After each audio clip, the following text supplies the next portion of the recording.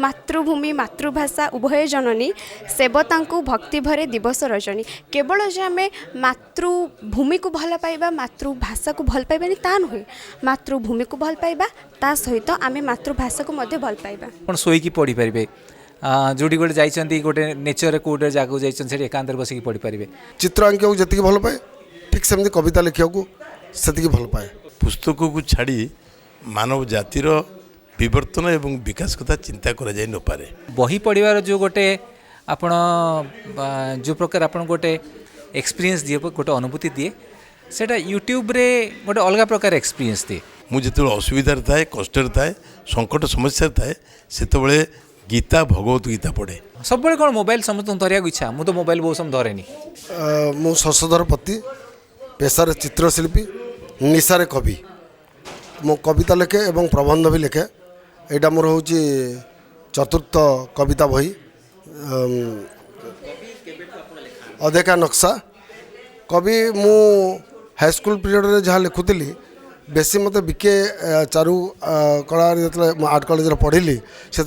मोर principal थे doctor Deenanath पाठी तांकर प्रेरणा बहुत पाई एवं मुझे लेखा को आउटे बेसी द्रुत भाव में जारी रखिली आउे लेखन से दिन ठार आज पर्यटन लेखनी मोर बंद ना चित्र आंकिया जी भल पाए ठीक सेमती कविता लिखा से भल पाए मोर कविता रे आपण सब प्रकार कविता पाइबे विशेषकर मु समाज नीतिदिन घटुवा घटना को मो आखि आगे मुझे जड़े शिल्पी भाव में तोड़ी निए एवं ताकू कवितार रूप दिए सामाजिक परिवर्तन आनिबा शिक्षा दारिद्रता ता सहित सामाजिक परिवर्तन एवं आमर पारिवारिक स्थिति ता भीतर भी रहे आमर भल पाइबा प्रेम सबकि थाए मु सुषमा लेंका जड़े कवि अथर जड़े श्रेष्ठ ओडियाणी श्रेष्ठ गृहिणी श्रेष्ठ मदर गछ लगा भल पाए एवं रोसई करी बहुत प्राइज पाई मु जड़े ड्रामा कलाकार पाठ पढ़ला चाकरी करी तापर छाड़देली पिला जो बाहर है छाड़देली जो पिला जन्म है मत असुविधा है मो मिस्टर जड़े गोटे पुआ शाशु देह भल नाला तेणु मु कॉलेज थी छाड़देली मो स्वतःप्रत भाव छाड़देली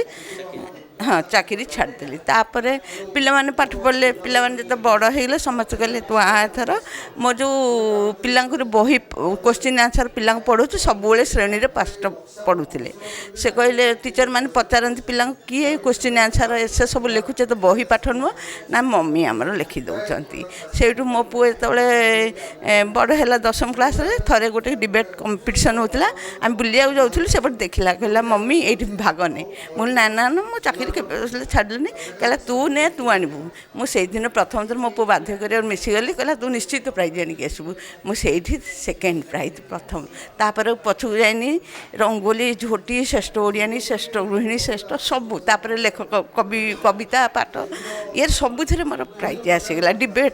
आउ ड्रामा कलाकार भाव में आउ जड़े हॉर्स राइडर माने दिल्ली जाइए शो जम्प हॉर्स उपर जो बसिक दिल्ली तेणु आस्ते आस्ते लिखिली समस्त कहले बहुत बढ़िया कविता लिखुचु तापर गल्प लिखिली शिशु कविता लिखिली प्रबंध लिखिली मो ना ऋषिकेश महाकुट मो वर्तमान नाथ मल्लिक महाविद्यालय अध्यापक भाव में उड़िया भाषा साहित्य विभाग में कार्यरत विश्वभारती शांतिनिकेतन में मु PhD करछि उड़िया रे विशेषकर समालोचना साहित्य संपर्क में वर्तमान युववर्ग एते आलोकपात करूना मु तेणुक चेष्टा करी समालोचना माध्यम साहित्य को आउ टिके उन्नतिशील करने आउ टिके परिशीलन करने एवं विशेषकर समालोचनार विकास किपरि हम से संपर्क में मु चेष्टा करी एवं बहु सर्जनाशील समालोचक जो मैंने अच्छा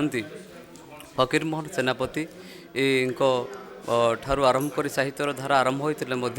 किंतु समालोचना से भाव में ओडिया साहित्य विकसित होना विशेषकर नटवर सामंतराय मायाधर मानसिंह दाशरथी दास विभिन्न प्रकार पुस्तक संपर्क से आलोचना करिसेंती जो गुड़िक मौलिक कृति को नहीं जो आलोचना गुड़िक होती किपरि से अनुशीलन किपरि अनुभव करिसेंती से संपर्क में देखंतु आपण समालोचना साधारणतः 3टी पर्यायर विभक्त गोटे हूँ तथ्यमूलक बा व्याख्यानमूलक आ गोटे हूँ विचारमूलक एवं आउ गोटे हूँ सर्जनात्मक समालोचना को समस्ते क्लिष्ट बोली भावती किंतु ସମାଲୋଚନା କେମିତି ଲେଖାଗଲେ କେମିତି ରଚନା କରାଗଲେ ମୌଳିକ ପାଠକ ପ୍ରାଣଟି ଉତ୍ସାହିତ ହେବ ପଢ଼ିବା ପାଇଁ, କ୍ଲିଷ୍ଟ ଭାବିବ ନାହିଁ, କ୍ଲାନ୍ତିକର ଅନୁଭବ କରିବ ନାହିଁ। ଗୋଟେ କଳ୍ପନା ସହିତ ଗୋଟେ ଆଲୋଚନାକୁ ସେ ପଢ଼ିବ, ତାକୁ ଯେମିତି ଗଳ୍ପ ବା ଉପନ୍ୟାସ ଭଳି ସେ ରଚନା ଗୁଡ଼ିକ ତାକୁ ଲାଗିବ ଏବଂ ପାଠକମାନେ ସେଥିରୁ ରସ ସଂଗ୍ରହ କରିବା ସହିତ କୌଣସି ସାହିତ୍ୟ କୃତିର ଗୋଟେ ସୂଚନା ପାଇପାରିବେ। ପ୍ରଫେସର ବିଜୟାନନ୍ଦ ସିଂ, ସଭାପତି କଳା ବିକାଶ କେନ୍ଦ୍ର କଟକ। ପୁସ୍ତକର ଆବଶ୍ୟକତା ଯୁଗେ ଯୁଗେ ରହିଛି। ମାନବ ସଭ୍ୟତାର ବିକାଶ ସହିତ ପୁସ୍ତକ ସମ୍ପୃକ୍ତ। ପୁସ୍ତକକୁ ଛାଡ଼ି ମାନବ ଜାତିର ବିବର୍ତ୍ତନ ଏବଂ ବିକାଶ କଥା ଚିନ୍ତା କରାଯାଇ ନପାରେ। ଯେତେ ଗଣମାଧ୍ୟମ, ଯେତେ ଇଲେକ୍ଟ୍ରୋନିକ୍ ମିଡ଼ିଆ, ଯେତେ ଶକ୍ତିଶାଳୀ ମାଧ୍ୟମ ଆସିଲେ ମଧ୍ୟ ବା ସାମାଜିକ ମାଧ୍ୟମ, ଗଣମାଧ୍ୟମ, ସୋସିଆଲ ମିଡ଼ିଆ ଯାହା ହେଲେ ମଧ୍ୟ ପୁସ୍ତକକୁ ଲୋକେ ଗ୍ରହଣ କରିଛନ୍ତି, କରିବେ ମଧ୍ୟ। କାରଣ ପୁସ୍ତକରେ ଜୀବନ ଅଛି, ପୁସ୍ତକରେ ଆତ୍ମା ଅଛି, ପୁସ୍ତକରେ ଜୀବନର ସ୍ୱର ରହିଛି। ପୁସ୍ତକକୁ ପଢ଼ିଲେ ମଣିଷ ଯେଉଁ ଅନୁଭବ ପାଏ ବା ଉପଲବ୍ଧି ପାଏ ତା କୌଣସି ସୋସିଆଲ ମିଡ଼ିଆ ବା ଗଣମାଧ୍ୟମରେ ବା କୌଣସି ମାଧ୍ୟମରେ ମିଳିବ ନାହିଁ। ତାହା ସବୁ ବାସ୍ତବ ଦୃଷ୍ଟିକୋଣରୁ ତାହା ସେତେ ମଣିଷକୁ ଆନନ୍ଦ ଦେଇପାରେ ନାହିଁ। ପୁସ୍ତକ ମୁଁ ପଢ଼େ, ପୁସ୍ତକ ମୋତେ ହିଁ ଜୀବନ କହିଲେ ଅତ୍ୟୁକ୍ତି ହେବ ନାହିଁ। ମୁଁ ପୁସ୍ତକ ପଢ଼େ ଯେତେବେଳେ ଟିକେ ସମୟ ପାଏ, ସେ ସମୟଟି ହେଉଛି ରାତି 9ଟା ପରେ। ଯେତେବେଳେ ମୁଁ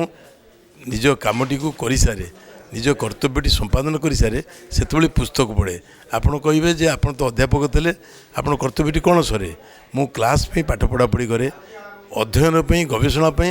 ରାତି 9ଟା 10ଟା ପର୍ଯ୍ୟନ୍ତ ପଢ଼େ। 10ଟା ପରେ ମୋ ମନ ଲାଖି ଯେଉଁ ବହିଟି ମୋତେ ଆନନ୍ଦ ଦେବ,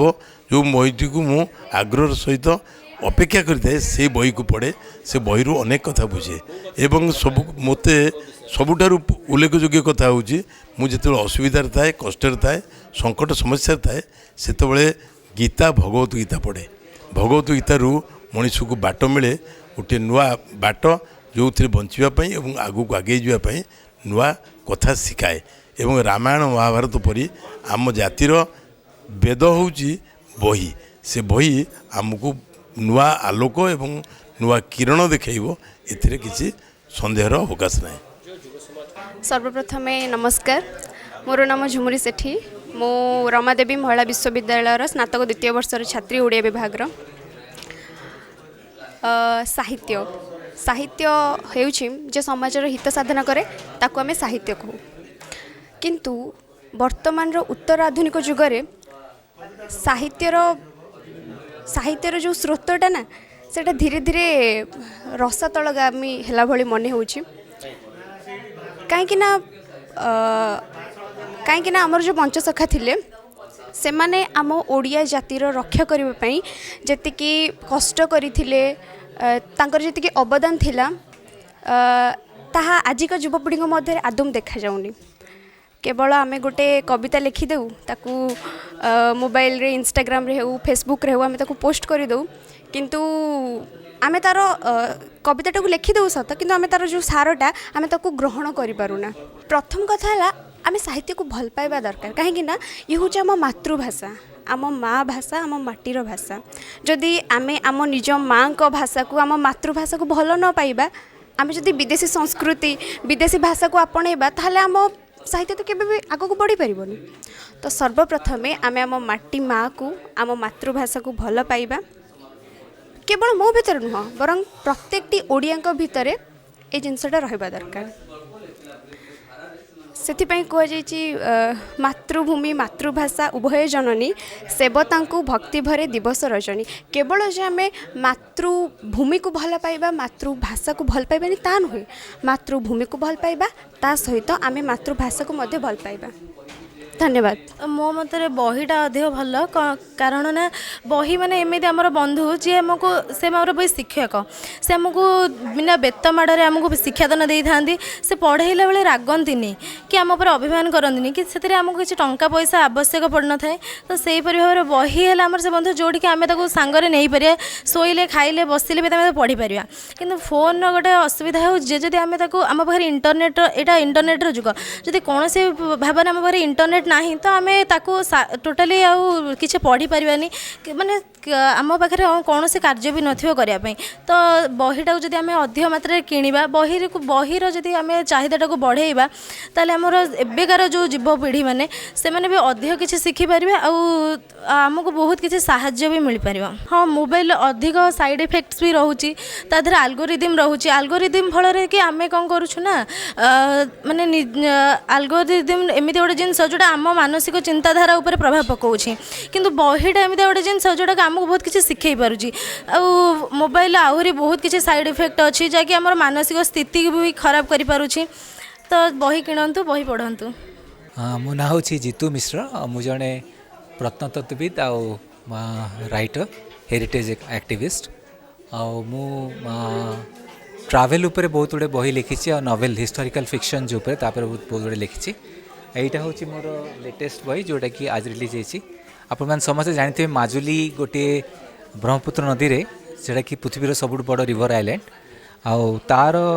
यहाँ हूँ ट्रावेल स्टोरी माने ये आपणकर गोटे मिसिंग गोटे जनजाति लोक रहती तांकर नदी सहित केमती से आडप्ट करके निजर जीवन जीवंती आ सहित से आमर जमी जगन्नाथ कल्चर अच्छे ओडिशा रे सेठी माने शंकरदेव तांकर गोटे वैष्णव कल्चर से प्रतिष्ठा करते जोटा कि से 17 अच्छी से विभिन्न प्रकार से तार माने आपणकर वैष्णव कल्चरटा से रिफ्लेक्ट हुए ताकू नहीं कि बहीटा लिखाई नहीं बर्तमान विभिन्न प्रकार ऑप्शंस अच्छी यूट्यूब माने आपणकर जदि बही पढ़िबार जो गोटे आपण जो प्रकार आपण गोटे एक्सपीरियंस दिए गोटे अनुभूति दिए सेटा यूट्यूब रे गोटे अलग प्रकार एक्सपीरियंस दिए तो मु हाँ बही पढ़ा टी कमी जाइथिला बर्तमान पुणी धीरे धीरे टिके रिवाइव करवा आरंभ कलानी गुड़ाए लिटरेरी फेस्टिवल होची ता जगू बहुत लोकंकर एक्सपोजर भी बढ़ुची आ लोक मैंने चाहते जो मैंने ट्रैवल कर आराम टे पढ़ा चाहते घरे रहीकि कि पार्क रे बसिकी कि जो ट्रेन रे यात्रा कर तो से समय बहीर बर्तमान धीरे धीरे डिमांड टी आरंभ होती बढ़ियापी यही भाया जो आमर छोटिया छोटिया जो आमर प्रोग्राम हुए इवेंट करा जाए विभिन्न ओकेजन रे ताहले आहरी लोक जानवे आपण मैंने तो अच्छी ताकू माने आहरी ताकू माने लोक प्रचार प्रसार करने तो ता फल लोक जानिया को पाइबे बर्तमान बहुत गुड़े कॉफी कैफे रे बर्तमान ट्रैवल बही गुड़ाक बहुत डिमांड अच्छी होटेल मानक अच्छी तो आमर से आगु जो भाया था ताठू टिके बर्तमान चेंज आउ तो से ही हाँ क्या राइट जिते जाइए से देखिए हाँ हाँ मन कहते आप एयरपोर्ट लाउंज रे बस 3 घंटा फ्लाइट केते सब आप मोबाइल देखिए से आखि उपर प्रेसर पड़े लोक मैंने बर्तमान टिके चाहते केते माने निजक दूर रखिए ये जो इलेक्ट्रोनिक गैजेट रू मोबाइल है कि कंप्यूटर है कि टेलीविजन है चाहते आ तार सब्स्टिट्यूटा कौन बही हाँ हाँ हाँ राइट हाँ हाँ पढ़ले मन करते गोटे विषय आप जानवे आजिका जुगर तो आम एआई रुग बर्तमान आर्टिफिशियल इंटेलिजेंस जुग तो बही रे भी आम यूज करछु आर्टिफिशियल इंटेलिजेंस ता फल कौन होची आपणकर जो गोटे पर्सनल एक्सपीरियंस गोटे जो पाइबे ना बही रे सेटा मत लगुनि आपणकर मोबाइल रे किए पाइबे तो जमती आपणकर मन करंतु आपण 2 पेज पढ़ले तापर मन कर आपनको भोक लगे कि आपन मीट कराया आसी ताको मीट कर सारा पर पुणी आगतरे पढ़ले तो तार जो एक्सपीरियंसटा अच्छी आप शोईकी पढ़ी पारे जोटी गोटे जाइए गोटे नेचर कौटे जगह जाइए एकांत बसिक पढ़ी पारे तार जो एक्सपीरियंसटा अच्छी नहीं हाँ सब कौन मोबाइल समस्त धरिया इच्छा मुझे तो मोबाइल बहुत समय धरेनी तो मुझे बंद कर दिए मोबाइल तो तार जो चार्म अच्छी सेटा आस्ते आस्ते लोक बुझा आरंभ कले। मकर संक्रांति हूँ आम ओडिया जातिर गोटे मिलनर पर्व मकर पर्व एठी गुड़ी उड़ा जाए समस्त भितर गोटे सौहार्द्य भल पाइबा जेहेतु आज सूर्यंकर मकरायन गति होउछि एवं मकर को मकर राशि धनु राशि को आसुछंती सूर्यंकर आज जो दिन बड़ हम राति छोट तेणु यही सब मकर उत्सव रही तार ज्योतिष शास्त्र बा तार इतिहास तार रूपरेख मकर चाउल आम कौन करूना अरुआ चाउल ताको तिंते नड़िया छेना एमती बहुत मिष्टान्न आम प्रस्तुत करूँ समस्त भितर गोटे भाईचारार पर्व आम या कहवा मकर बसंती सांग मान सहित मकर गोटे संपर्कर सेतु तेणु यही मकर महामिलन में जो सारस्वत कविता आसर और ता सहित पुस्तक लोकार्पणर विद्या पब्लिशिंग तरफ कार्यक्रम आयोजन आपण मानकर भव्य उपस्थिति आम मानक उत्साहित करें आपण समस्त शुभ अभिनंदन मकर संक्रांतिर एवं आज भी आउ गोटे कथा आमको मन रखा पड़ो आम ओडिया साहित्य कहले फकीर मोहन सेनापति को बुझे संक्रांति पुरुषंकर आज जन्म जयंती तांकू आम स्मृतिचारण करिवार समय आम सहित आज जो माने मान्यगण्य व्यक्ति उपस्थित अच्छा जमीक ओडिशा साहित्य सचिव एकाडेमी सचिव महोदय विशिष्ट कथाकार एवं गाल्पिक विजयानंद सिंह महोदय एवं डॉक्टर जयंती रथ विशिष्ट गाल्पिका साहित्यिका तांको सहित श्रीजुक्त सीतेश त्रिपाठी विशिष्ट कथाकार एवं तांको सहित डॉक्टर अरविंद राय विशिष्ट संपादक स्तंभकार एवं प्रशांत कुमार पंडा महोदय डीएवी स्कूल अध्यक्ष तालचेर तांको सहित मध्य अछंती अनेक प्रवीण एवं प्रतिथ जसा साहित्यिक ता सहित विभिन्न छात्र छात्री माने अछंती रमादेवी महाविश्वविद्यालय एवं रेभेन्सार विभिन्न विद्यालय मध्य छात्र छात्री माने जोग देइछंती ता सहित साहित्य को भल पाउथिबा प्रतिटी प्राण आज आम सहित सहयोग करुछंती आम सहित समावेश होईछि ता सहित मीडिया भाई बंधु माने मध्य आम सहित सहयोग करि आसिछंती समस्त को आज यही पवित्र उत्सव में मो अभिनंदन जनइबी एवं कृतज्ञता जनइबी संस्कृति समस्तंकर साहित्य संस्कृति समाज को नहीं आम केमती आगु को जीवा आम अस्मिता को आम केमती प्रतिपादित करवा या पूर्व आम पुस्तक उन्मोचन जो पुस्तक मेल करूँ आज आम यही मकर संक्रांति उपलक्षे आमर जो लोकार्पण है से